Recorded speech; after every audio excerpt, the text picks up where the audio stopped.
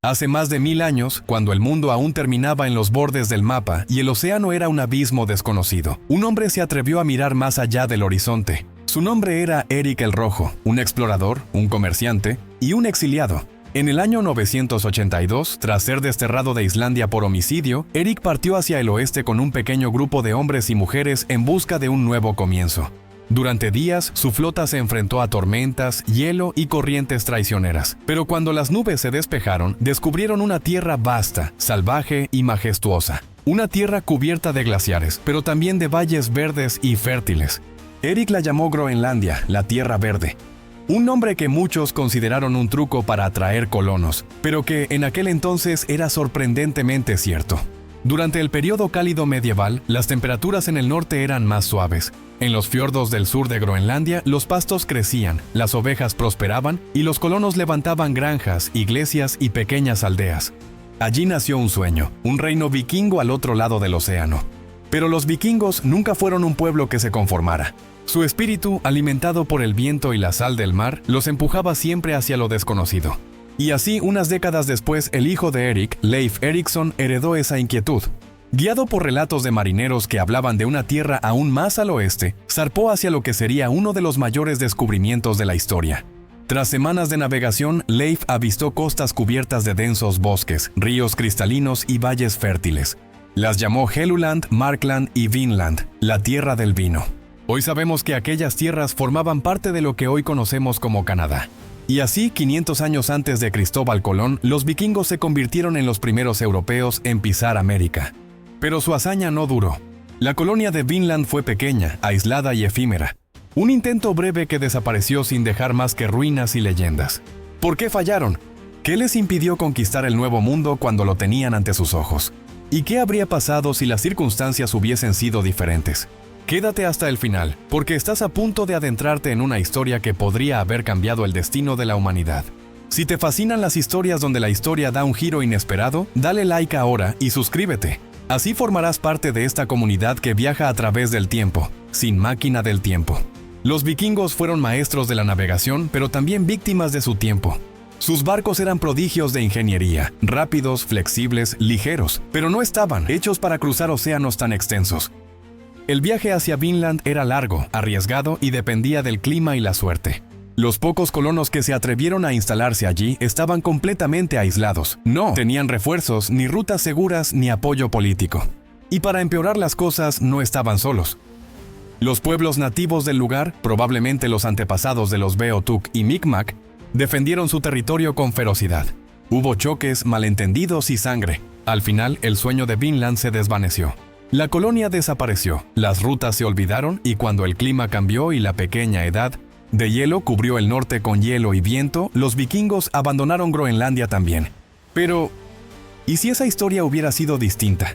Imagina un mundo donde el periodo cálido medieval no termina, donde los fiordos de Groenlandia siguen siendo verdes y el Atlántico Norte permanece, navegable durante siglos.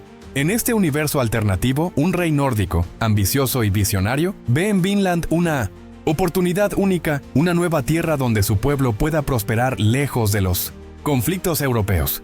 Y así ordena la colonización del lejano oeste. Decenas de barcos zarparon cargados de colonos, herramientas, ganado y sueños. El viaje era duro pero alcanzable. Y cuando llegaron, no encontraron solo bosques y montañas, sino una nueva vida. Las aldeas vikingas crecieron en las costas del Atlántico y poco a poco se adentraron en Minos y los ríos y valles de América. Aprendieron a cultivar la tierra, a cazar animales desconocidos y a comerciar con las tribus nativas. El hierro europeo se mezcló con el arte indígena y nacieron herramientas nuevas, armas más eficaces, técnicas de navegación adaptadas al nuevo mundo. Vinland no desapareció, Vinland prosperó. Con el paso de los siglos, aquella colonia inicial se convirtió en una sociedad compleja, multicultural y poderosa. Los nórdicos se casaron con mujeres nativas, los idiomas se mezclaron, las leyendas se unieron. Las antiguas sagas hablaban ya no solo de Thor y Odín, sino también de espíritus de la naturaleza y dioses del bosque. Los europeos y los americanos comenzaron a formar una civilización compartida. Durante los siglos XIII y XIV, Vinland mantenía contacto constante con Groenlandia e Islandia, enviando madera, pieles, pescado y metales. A su vez, recibía hierro, vino y nuevos colonos. Por primera vez, el Atlántico se convertía en un puente, no en una barrera. Pero el cambio más profundo ocurrió sin que nadie lo notara. El intercambio de bienes trajo consigo el intercambio de ideas, de ciencia, de religión. Los pueblos nativos aprendieron técnicas de fundición, arquitectura y navegación.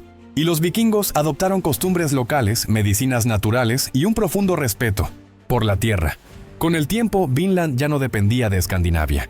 Era una nueva nación, un reino nacido de dos mundos. En Europa, la noticia de su prosperidad encendió la competencia. Los reinos del sur comenzaron a mirar hacia el Atlántico con codicia.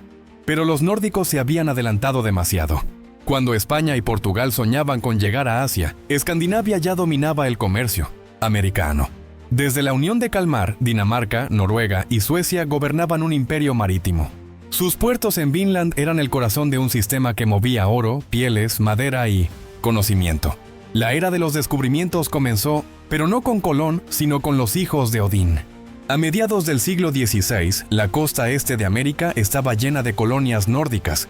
Nueva Bergen, Isla de Eriksson, Trondheim del Oeste. Los mapas del mundo mostraban un Atlántico dominado por dragones de madera con velas. Escandinavas, el equilibrio del mundo cambió para siempre. ¿Puedes imaginar cómo habría sido ese mapa alternativo? Déjalo en los comentarios. ¿Crees que un imperio vikingo habría sido más justo o más salvaje? Mientras tanto, en América, el intercambio cultural transformó el continente. Los pueblos nativos del norte que llevaban siglos comerciando con los escandinavos ya poseían caballos, ganado, acero y sistemas políticos complejos. Cuando los europeos del sur, españoles, franceses o ingleses, llegaron, se encontraron con un continente preparado.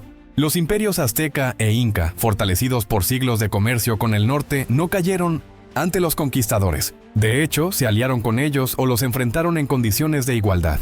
Las guerras no fueron de conquista, sino de diplomacia, comercio y religión. El resultado fue un continente americano diverso, poderoso y tecnológicamente avanzado, donde las culturas coexistían en equilibrio. En Europa, las consecuencias fueron igualmente profundas. Escandinavia se convirtió en el eje del comercio mundial. El idioma nórdico, y no el inglés, se transformó en la lengua franca de los mares. Londres nunca se volvió el centro del mundo. Madrid nunca tuvo un imperio global. En su lugar, Copenhague, Bergen y Oslo se erigieron como los puertos más ricos del planeta. Francia buscó alianzas con los reyes nórdicos, temiendo su flota y su poder colonial. Alemania y los Países Bajos se dividieron entre la influencia escandinava y la francesa. Y Rusia, aislada al este, se vio rodeada por un nuevo tipo de enemigo. Un imperio marítimo, con sangre de vikingo y corazón americano. Los siglos siguientes fueron testigos de una Europa muy distinta. Guerras por el control del Atlántico, tratados de comercio transoceánico, alianzas imposibles. El siglo XVIII no vería revoluciones americanas, sino revoluciones nórdico-americanas. Y el concepto de libertad nacería no en Filadelfia, sino en Trondheim del Oeste, donde los descendientes de colonos e indígenas exigirían independencia de la corona escandinava. El símbolo de esa revolución no sería una bandera con estrellas, sino un escudo con runas y hojas de roble. En el siglo XIX, el mundo se habría dividido en tres grandes bloques. La Confederación Escandinavo-Americana, un poder marítimo. El Imperio Franco-Germano, dominante en Europa Central. Y los imperios nativos del sur, que combinaban la herencia azteca e inca con la tecnología moderna. El siglo XX entonces sería completamente distinto. No habría un solo imperio global. No habría guerra fría ni bloques opuestos. El mundo sería multipolar, lleno de naciones independientes, cada una con su propia identidad y herencia. Y todo por una simple diferencia climática. Por un viaje que, en nuestra historia, fracasó. En esta línea temporal alternativa, los vikingos no desaparecen entre las nieblas del pasado. Se convierten en el puente entre dos mundos. Los pioneros de un nuevo comienzo para la humanidad. Su legado no es solo la guerra o la conquista, sino la conexión. Un continente unido por el comercio, la cultura y la curiosidad. Una historia donde la exploración reemplaza a la colonización. Y donde América y Europa crecen juntas, en lugar de una sobre la otra. Vinland, la tierra del vino, se convierte en símbolo de equilibrio, de mezcla, de resiliencia. Una civilización mestiza que honra tanto al martillo de Thor como al espíritu del jaguar. Y aunque todo esto pertenece al terreno de la imaginación, nos recuerda una verdad poderosa. La historia no está escrita en piedra. A veces basta un barco que no se hunde, un invierno que no llega, o un rey que decide mirar hacia el oeste para que el mundo entero cambie de rumbo. Si llegaste hasta aquí, demuestra que eres de los verdaderos amantes de la historia. Deja tu like, comparte este video y únete a esta comunidad que imagina los caminos que la humanidad nunca tomó. Y cuéntame en los comentarios, ¿qué hubiera pasado si quieres que exploremos? Si el Imperio Romano nunca hubiera caído, si los mongoles hubieran conquistado Europa, o si los mayas hubiesen sobrevivido al colapso. Cada una de esas historias nos enseña algo sobre nosotros mismos, porque el pasado, real o imaginado, es el espejo de lo que podríamos llegar a ser. Así que la próxima vez que escuches el rugido del mar o el crujir del viento en las velas, recuerda, hubo un tiempo en que los vikingos cruzaron el horizonte, y en algún universo nunca regresaron.